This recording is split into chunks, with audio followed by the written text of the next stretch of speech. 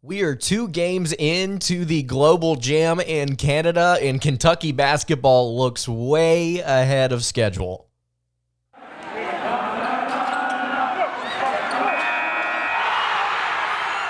You are Locked On Kentucky, your daily podcast on the Kentucky Wildcats, part of the Locked On Podcast Network, your team every day. All right, what's going on, Big Blue Nation? Welcome on into Locked On Kentucky, your daily Kentucky Wildcats podcast. I'm your host, Lance Dawe, writer for Sports Illustrated for various SEC-related things. But on this podcast, we take a dive into all things Kentucky athletics. On today's episode of Locked On Kentucky, we are going to be recapping Kentucky basketball's victory over Canada in the Global Jam, 92-69 or 93-69, depending on where you look. I'm not quite sure where that extra point went, but we're going to stick with 92-69 because that's what I believe I saw at the end of the broadcast. Going to talk about what we liked, some of the negatives, going to take away overall what we think about the Wildcats moving forward. I really appreciate you guys making Locked On Kentucky your first listen every single day. Want to remind everybody out there that we are free and available on all platforms. And if you're watching on YouTube, first of all, thank you so much for subscribing to the channel. We had a huge boost in subs the other day after, I believe, the first recap of the Global Jam game. So if you're new to the channel, really appreciate you hopping on. If you've been a long-time subscriber, I really appreciate you sticking around here on the show. And if you've been listening to the podcast since day one, I cannot thank you enough for sticking around with me. All of you guys are very much so appreciated. Would appreciate everybody that has not subscribed on the podcast feed or the YouTube channel to subscribe to the show. Trying to get to 5K subs before the beginning of the season, and boys, I think we're going to do it. So I appreciate everybody that has joined the ride. Kentucky beat the snot out of Canada in the Global Jam. Props to Canada. Again, it's just another, alongside Germany, another very impressive professional team, but the Wildcats got the best of them this time. Kentucky's offense was firing on all cylinders, even more so than it was against Germany. We're going to talk about the offense in a little bit, but I want to kind of go through 3 things here and then 3 more things, some things I liked, some things I didn't like. To start it off, I want to reiterate what I said at the very beginning of the show. Kentucky, with 10 practices underneath their belt, with some players that didn't even really get a chance to practice all the way with some of these guys, with all of these freshmen having come in, never played with each other before in a setting like this, for them to have such little experience and chemistry to put on a performance like they have 2 games in a row has been nothing short of genuinely impressive. Wildcats absolutely dominated in a lot of different ways. Tonight, I am recording this right after this game ended. I'm very impressed with the way that Kentucky is handling themselves right now. On top of this, they're doing this on the offensive end of the floor without their 2 big men, without their 2 potential centers, Aaron Bradshaw and Ugonna Onyenso. Kentucky looks way ahead of schedule, and I am genuinely surprised at the lack of turnovers. I'm genuinely surprised at the chemistry between these guys. Something that Trey Mitchell said post-game yesterday is the fact that he is so shocked at how willing this team is to distribute the basketball to each other. I mean, it's good basketball. It's great basketball. We can talk about the spacing and stuff in a second because I've got another shot chart to show you guys. Man, the Wildcats look ahead of schedule, and I'm very excited to see where they go. I want to reiterate, Kentucky's going to play Africa on Saturday. They could lose that game. It's not the end of the world. The fact that they won this game so handily, I think, is a pleasant surprise. But let's not freak out here. Let's be serious. The Wildcats look way ahead of schedule, but once they get to actually play some college teams, that's when it's truly going to matter. Some of the things that mattered that I took away from this game. Let's start here with Sheppard. So I did a recent episode on Sheppard, almost entirely on Reed Sheppard and what he was going to be for this team, because I identified the fact that he was not just going to be a shooter off the bench. According to what we've seen and heard out of practice, he has been doing a lot of different things for the Wildcats, and I said, you're going to want to keep an eye on him because he's probably going to get a lot more minutes than people expect him to this season. We mentioned some people have been projecting the lineups in the rotation, saying that he's the 9th, maybe 10th man in this rotation. And I'm not trying to be smart here, because genuinely a lot of us don't know. This is a learning period for a lot of us fans to kind of figure out, okay, how things potentially are going to look. And obviously the lineups we see here in the Global Jam I don't think are going to be truly reflective of what we see this fall, especially considering, like I mentioned earlier, Onyenso, Bradshaw out. But Reed Sheppard in 25 and a half minutes of game action today. 14 points on 5 of 8 shooting. He was 2 of 4 from outside the arc. He hit 2 of his 3 free throws. He had 2 rebounds, 4 assists, only 2 turnovers, 4 steals, and 2 blocks. If you did not see the highlights at the end of the first half, I would highly encourage you to go check Twitter, go check Instagram, look at what Reed Sheppard was doing on the defensive end of the floor for what is going to be, at the end of the day, a backup combo guard for the Wildcats. He was playing some hard defense, anticipating passing lanes. There was one sequence, I believe it might have been at late in the first half or early in the second, where he knocks down a mid-range jumper. They come down the floor. They try to get the ball on the right side. Reed deflects the pass. He gets the steal. He's working his way up in transition, and he threads the needle in between 2 guys in the paint for a really nice pass and finish on the inside. I can't remember who finished it. I don't remember if it was Thiero or if it was Mitchell, but either way, just beautiful basketball all around from Reed Sheppard. We made an episode talking about how underrated he is. You need to keep an eye on Reed Sheppard for what he could be this upcoming season. I saw somebody out there tweet out or put a screenshot out there of how they're like, I'm so ready for this tweet to pop this off in January or whatever, and it's just in all caps, why isn't Cal playing Reed Sheppard more? I really do hope that's not the case, and I believe that this year's team is going to have a lengthier rotation than years past. I think primarily because of how talented the backcourt is, because you have a plethora of players that can slot in at the 1 or the 2, and I think Kentucky's going to have to play these guys because of how good they are. I'm not saying we're running a platoon. Nobody freak out.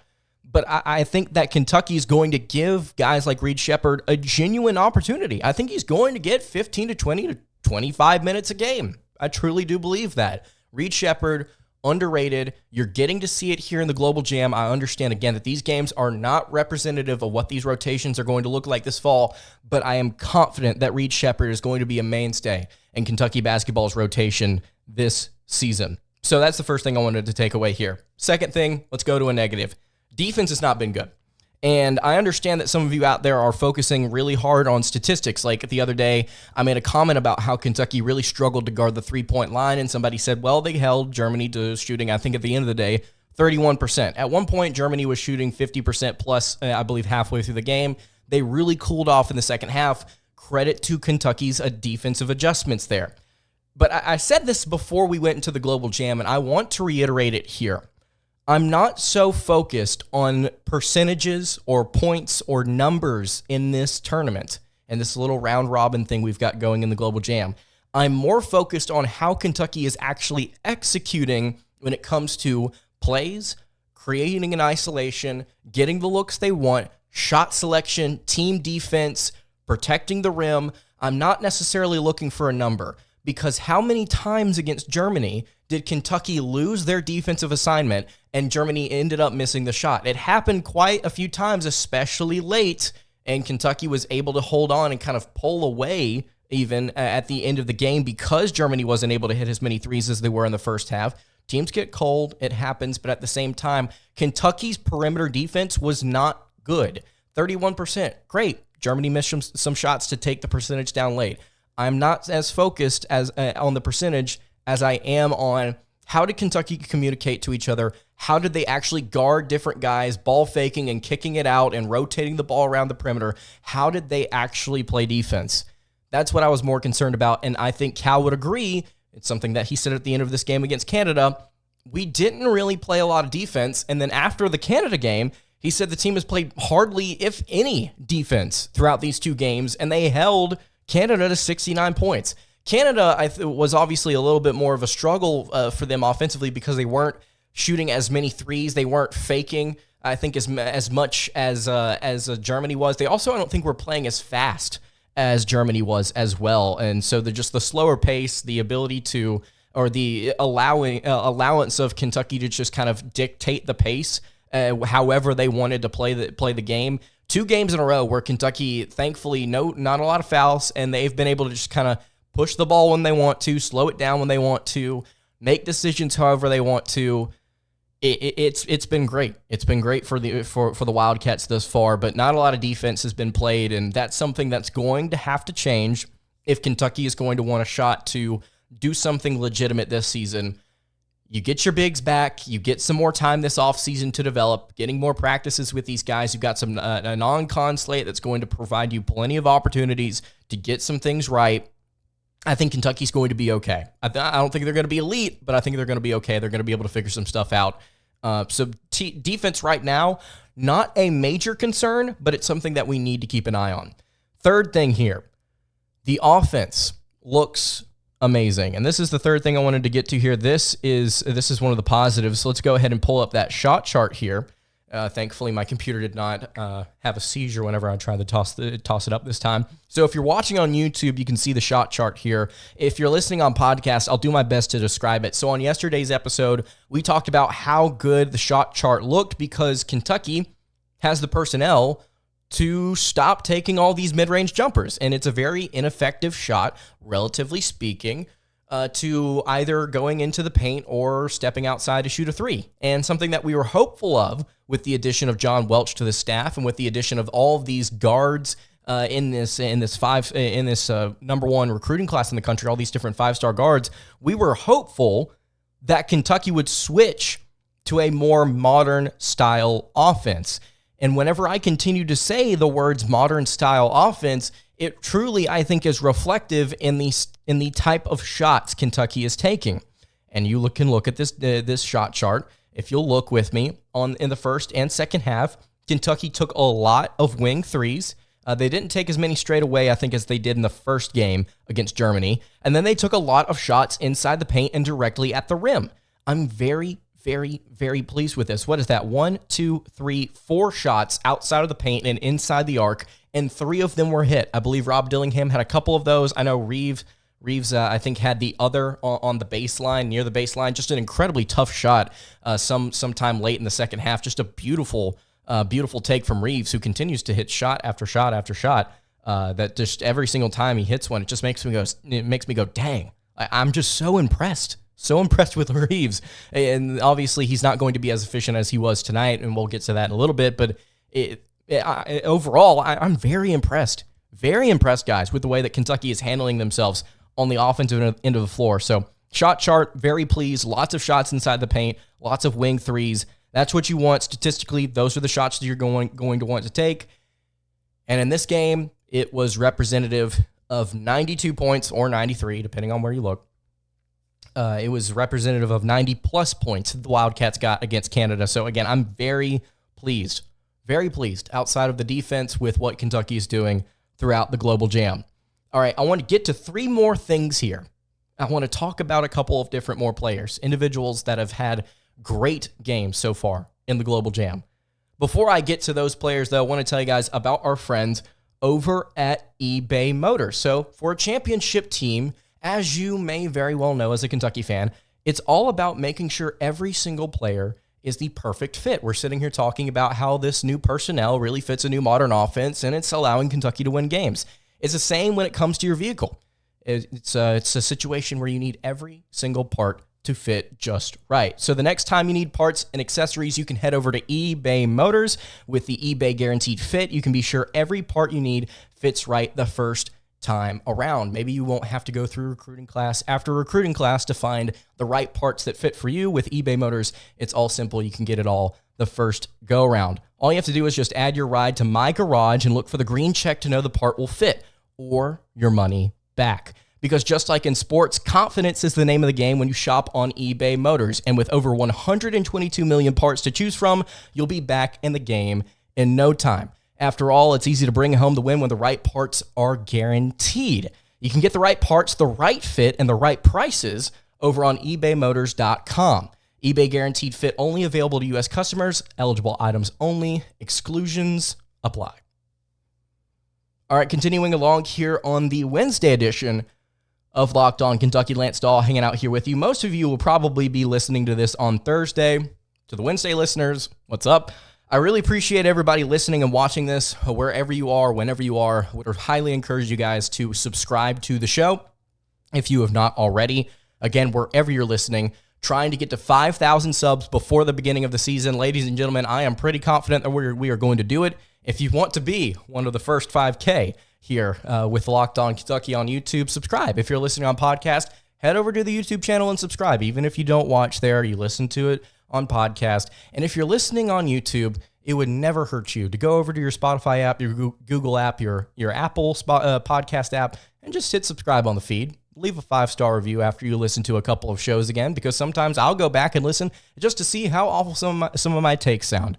I'm kidding there, obviously, but because I'm so awesome, again, kidding.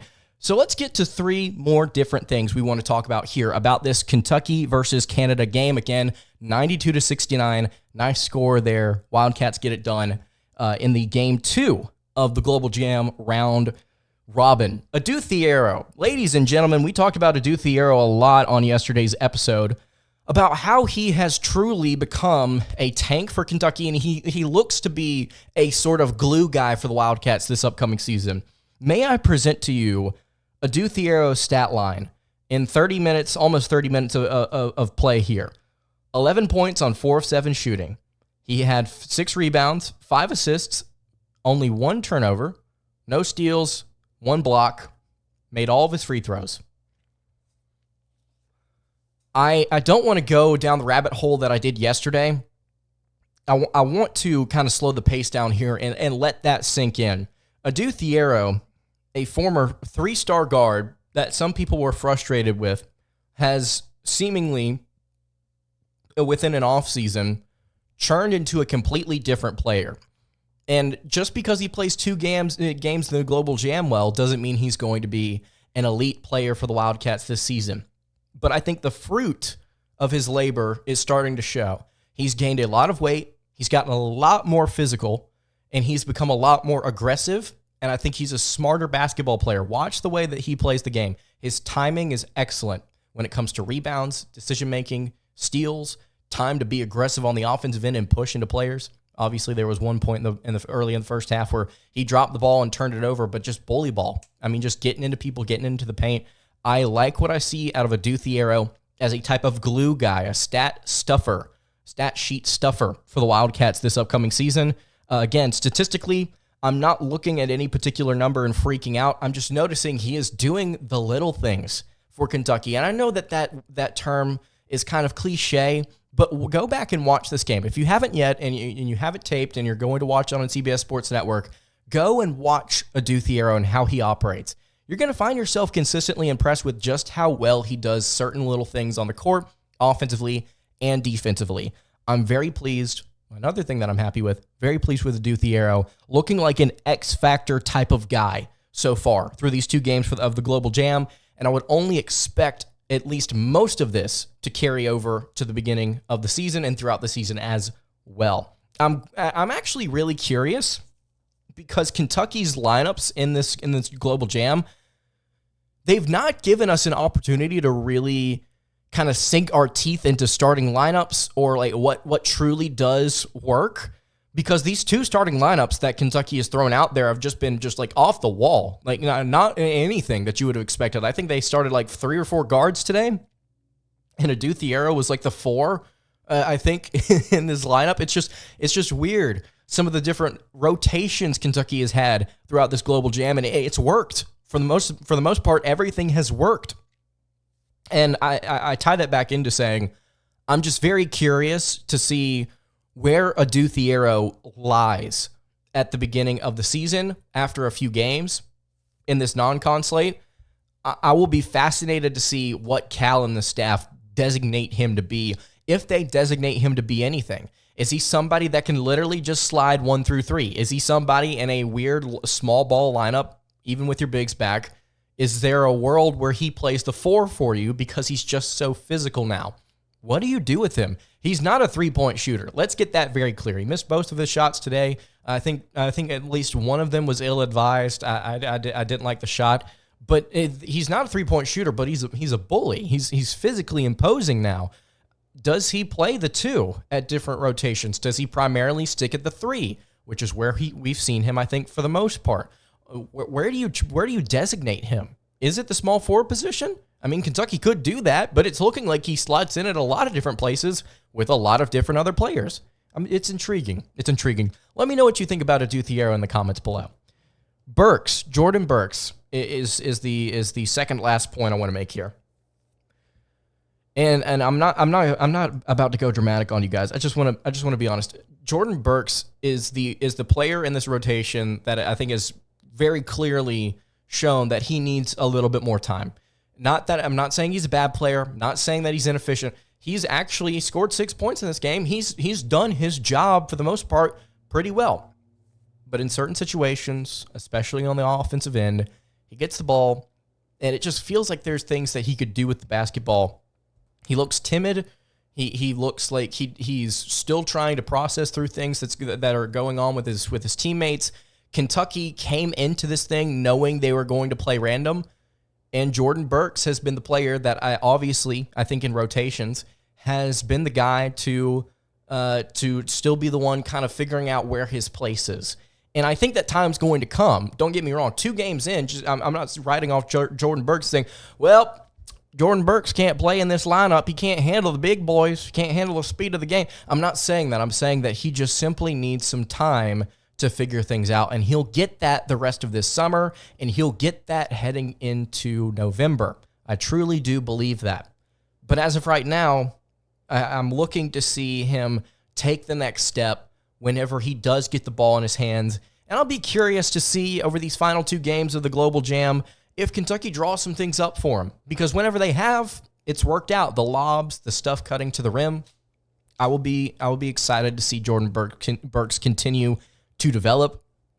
But as of right now, we're waiting on him to kind of step into the flow of what Kentucky wants to do. And again, it's been so chaotic. I understand why it's taken a little bit, especially considering he was such a late commitment with these guys. So I get it. But at the same time, we're waiting on the moment to see it, and it will come. Final thing here, let's end on a positive note. Antonio Reeves, holy cow, my gosh, he looks amazing. Thank goodness that Kentucky got him back. Through 2 games, he has proven, like, hey, guys, I'm going to go out there and I'm going to get buckets. And these are not like, you know what, you're getting away with some things against a team that's not very good kind of buckets. It's just like, hey, I'm going to be hitting like these really tough turnaround jumpers. I'm going to be hitting these really long threes.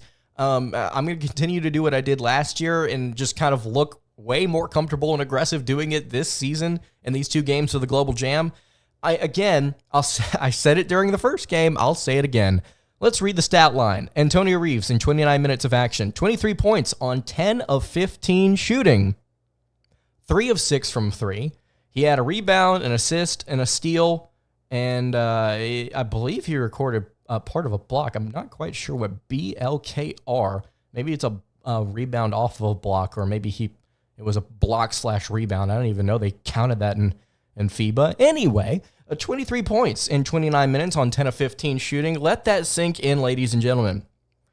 That is incredibly efficient.